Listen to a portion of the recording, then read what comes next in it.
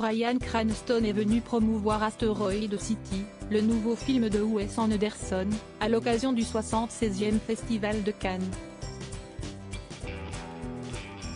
Il a participé à une conférence de presse détonnante le 24 mai 2023.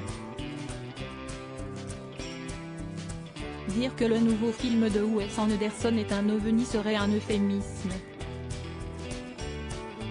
Asteroid City, la nouvelle pépite du cinéaste, sortira en France le 21 juin 2023.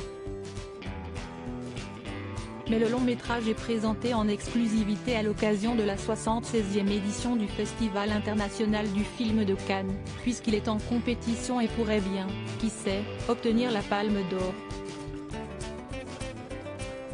Le jury mené par Ruben Östlund aura-t-il flanché pour cette épopée désertique et scientifique, lettre d'amour au cinéma comme au théâtre?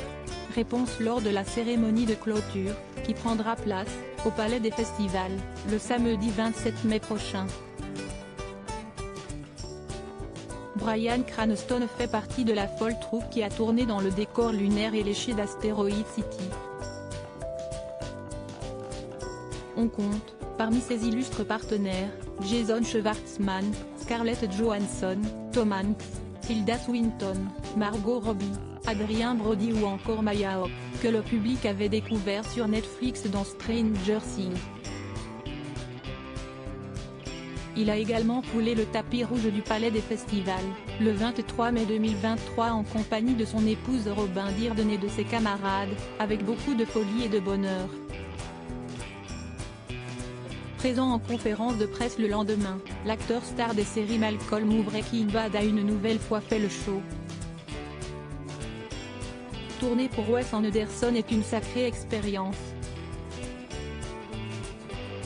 Bryan Cranston a essayé de voir cette drôle de composition cinématographique comme un orchestre dont le réalisateur serait le chef d'orchestre. Il dirige en disant un peu moins de Bryan, ou un peu plus de Scarlett, a-t-il expliqué en conférence de presse. CST comme les dialogues du film.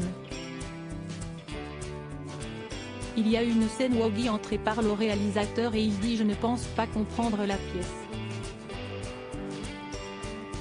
Et l'autre répond « Vous n'êtes pas obligé, continuez à raconter l'histoire et CST, en un mot, ce que veut dire le film pour moi. CST que nous traversons la vie. Nous ne savons pas exactement ce qui va se passer. Combien de temps on va vivre, qui sera en vie, comment tout va se dérouler.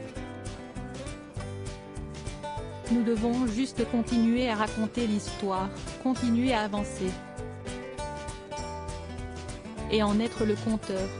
Face à une telle verve, le public s'est fendu d'un tonnerre d'applaudissements.